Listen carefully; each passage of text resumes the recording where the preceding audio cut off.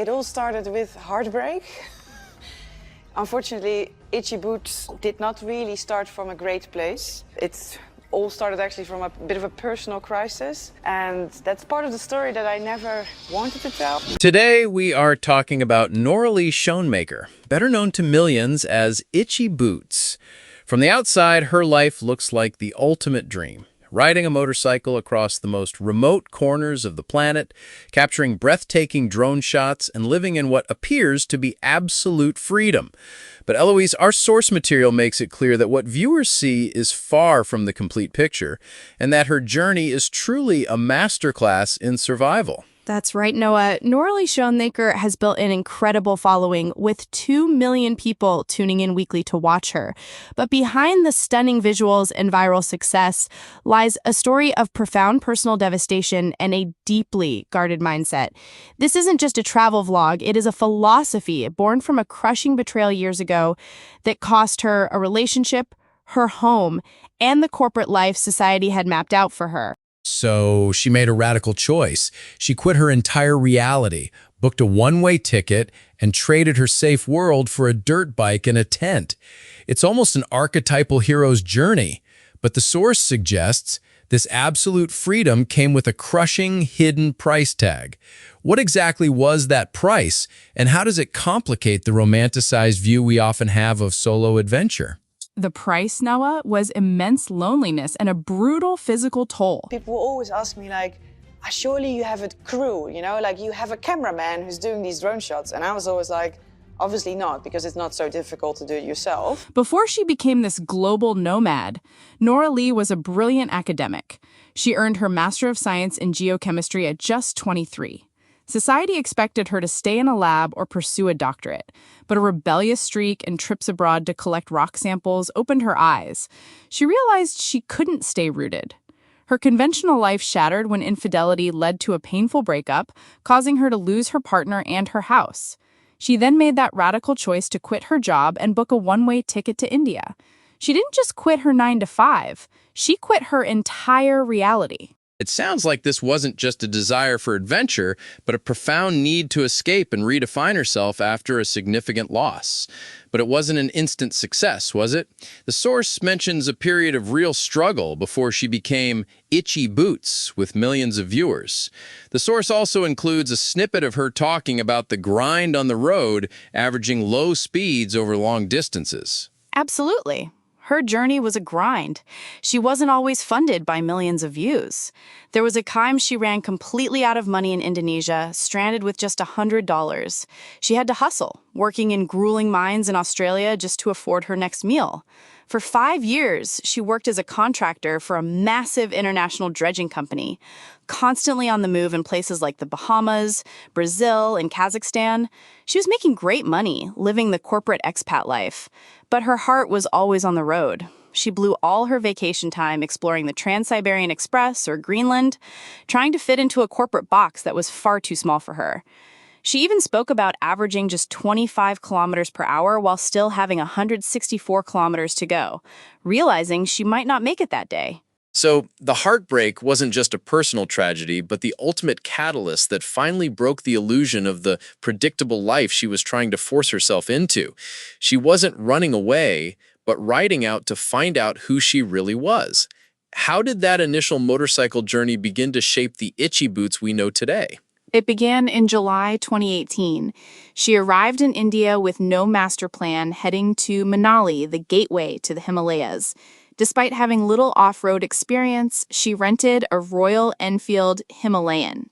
She rode it around the winding mountain roads, and it just instantly clicked for her. She realized, quote, "This is it. Why am I not traveling on a motorcycle?" End quote. This wasn't a gentle ride. She wrestled that heavy machine for nearly 2,000 miles through unforgiving, high-altitude terrain. She was doing something intensely physical, completely alone. If she dropped the bike on a steep pass, there was no one to help her. If she got a flat tire, she had to fix it herself or pray a stranger passed by. This trial by fire was the birth of the lonely reality that defines her brand. It sounds like those early days immediately revealed the immense physical and mental demands of her chosen path. People romanticize solo travel, but they often overlook that deep, constant mental weight. What's the distinction between simple solitude and the profound loneliness Noraly experiences? The source explains that loneliness isn't just about missing friends. It is the crushing, constant realization that if something catastrophically goes wrong, you are your only rescue plan. But Noraly committed entirely. She bought her own Royal Enfield Himalayan, named it Basanti, and set off. She rode Basanti an astonishing 22,000 miles across 25 countries, navigating places like Iran, Oman, and the vast steppes of Central Asia. The craziest part is she did all this while acting as her own entire film crew. Those epic sweeping shots, they represent double the mileage, double the physical work, and double the isolation because she had to stop, set up her camera, ride past it, then retrieve it and pack it up for every single shot. That's an incredible amount of effort that goes completely unseen by the casual viewer. It's not just about battling the elements and terrain, but also fighting her own mind. The source mentions a strict philosophy she holds about not taking advice from people who haven't been in the arena. Can you elaborate on that and how it connects to the theme of loneliness? Her philosophy means she demands to learn from her own mistakes. It is an incredibly brave, but lonely way to live. For instance, in Kyrgyzstan, she was freezing, hungry, and running on empty, climbing to 3,000 meters in the snow. She said, quote, "It is getting too cold. I am climbing now to 3,000 meters. And as you can see from the snow, it is a bit chilly. I'm going to put on my other jacket," end quote. 99% of people would have quit. But because she doesn't rely on others' wisdom, she bleeds for every lesson. This means no shortcuts, no easy answers. The deep learning comes at the cost of being truly alone in her decision-making and problem-solving. Her first big journey with Basanti eventually came to an end with a bittersweet note about European vehicle regulations. Then a few years later, the entire world shut down. How did the pandemic affect someone whose entire life is built on constant movement and open borders? It was a massive plot twist. Noraly had just bought a new bike for South America, Donna, for an ambitious goal, riding from Patagonia to Alaska, a 20,000-mile journey. She was 5 months in when the world shut down in March 2020. Stranded in Peru, navigating a language barrier, while borders slammed shut around her, she had to make the heartbreaking decision to abandon Donna in a warehouse and scramble onto one of the last flights home. It was a crushing blow, but she refused to let it end her story. So instead of waiting it out, she continued to push herself, even transforming from a travel vlogger into an athlete. How did that evolution manifest, particularly with the Kalahari Rally mentioned in the source? While the rest of the world was stuck inside, she bought a Honda CB500X she called Ronin and explored Europe. Then she leveled up, heading to Africa with a Honda CRF 250L, Savannah. She did the unthinkable, entered the Kalahari Rally. This wasn't just vlogging. She was racing against professional men in 100-degree Fahrenheit heat, pushing her body to the brink. She was no longer just a traveler. She was an athlete. The source notes that even surrounded by a rally camp, she was still fighting a battle in her own head. Motorcycling takes you to raw parts of the world, but it also takes you terrifyingly far from hospitals and safety nets. That's an incredible shift in mindset and physical demand. But even after all this experience, the road always finds a way to remind you how fragile you are. The source describes a devastating crash in Tanzania with her new bike, Kibo. What happened, and how did she manage such a critical situation completely alone? She had returned to finish her America's journey, buying a Honda CRF 300L Rally, fittingly named Alaska, and picked up where she left off. But in Tanzania, while riding a different bike, Kibo, everything went south in a split second. 1 minute she was soaking in the scenery, the next, she hit the dirt hard. Quote, "Welcome here in a tiny town just south of Tanzania," she vlogged happily. "Basically, my goal is I am heading towards Mount Kilimanjaro," end quote. Then, a moment later, she had shattered her collarbone. As a solo rider, a crash is the worst nightmare. There's no one to call an ambulance. She was lying there, alone, knowing something was deeply wrong. Quote, "I had an accident. Yes, I am very sorry. I broke my collarbone and maybe my foot, I don't know, end quote. She had to orchestrate her own rescue, get to a local hospital, and figure out how to fly back to the Netherlands for surgery, even arranging for a fixer to ship Kibo out. That is a truly terrifying scenario. It highlights how much goes on behind the scenes that viewers never see. The silence of recovery after such an intense, mobile life must have been deafening. How did she use that time? It is the side of adventure that doesn't make it into montages. The agonizing flights, months of grueling physical therapy where you can barely lift a coffee cup. But Noraly didn't waste the silence. She used that brutal recovery time to write her book, Free Ride. For the first time, she laid bare the heartbreak, the betrayal, and the terrifying courage it took to walk away from a perfect life. She realized the profound loneliness she feared in the beginning had actually forged her greatest strength. When you have nothing left to lose, you are finally free to do whatever you want. That's a powerful realization, but it also carries a heavy weight. The source says, the harsh reality of absolute freedom, once you are completely untied, you're also just drifting. You have to build your own anchor. What became Noraly's anchor in this adrift existence? Her camera and her community became her anchor.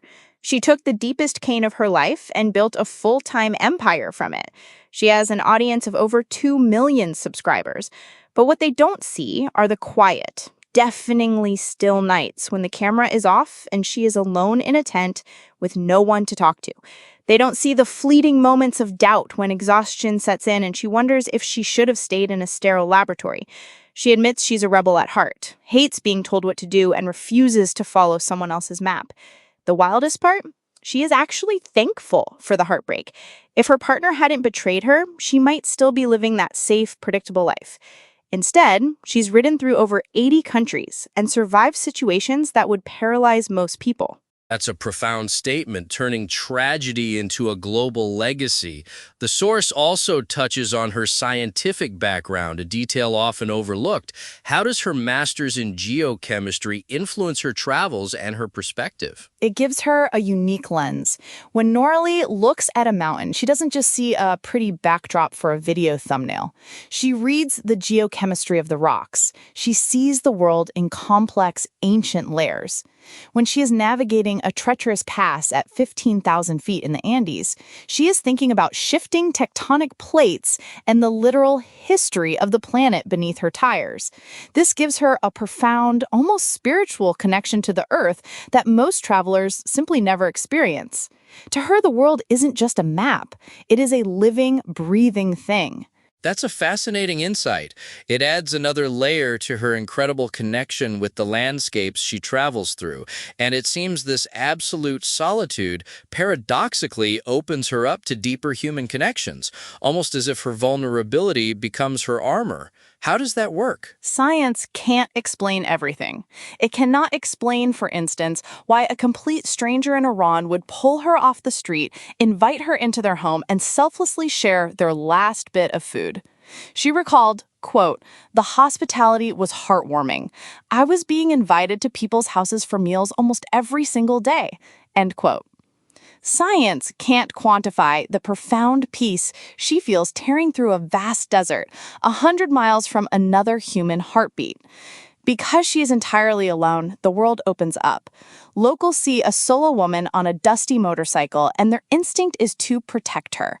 Her vulnerability isn't a weakness out there. It is her greatest armor. Her bikes seem to be her only true constants, almost characters in her story. The source mentions Basanti, Donna, Ronin, Savannah, Kibo, and Alaska.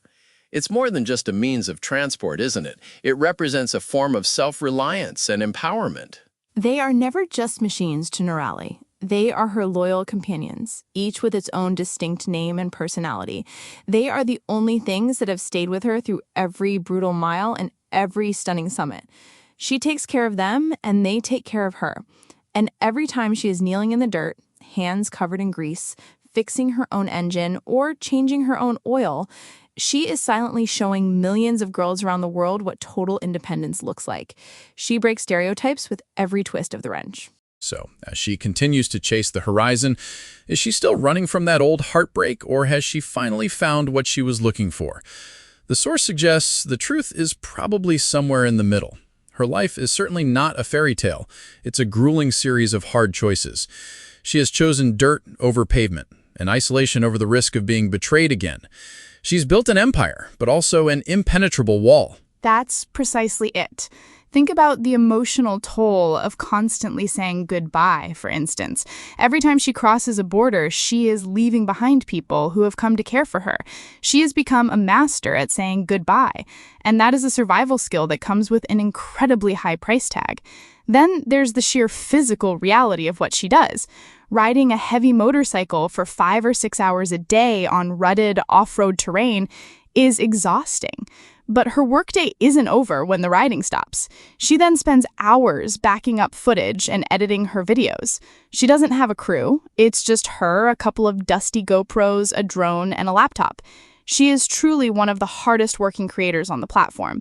She even jokingly dismisses suggestions that she has a cameraman for drone shots, saying it's not that difficult to do yourself. It's remarkable how much she accomplishes completely on her own, making it look effortless. Despite all the brutal crashes, the loneliness, and the pain, she never plays the victim. She takes absolute, uncompromising responsibility for her life. If she buries her bike in mud, she laughs. If she breaks a bone, she writes a book. She transformed a lonely, shattered reality into a masterpiece of digital storytelling, proving that true independence isn't about never needing people, but having the quiet strength to be okay when people aren't there. Her journey has inspired an entire generation of women to face their fears and hit the road. She has proven the world is far kinder and less terrifying than we often believe. But her story also contains a stark warning. Absolute freedom is never truly free. It costs you your comfort, your safety, and sometimes it costs you your heart. It's a powerful message. This story of Noraly Schoenmaker is a profound look at the true cost of independence and the incredible resilience of the human spirit. If you found this discussion thought-provoking, consider sharing this episode with someone who might appreciate it.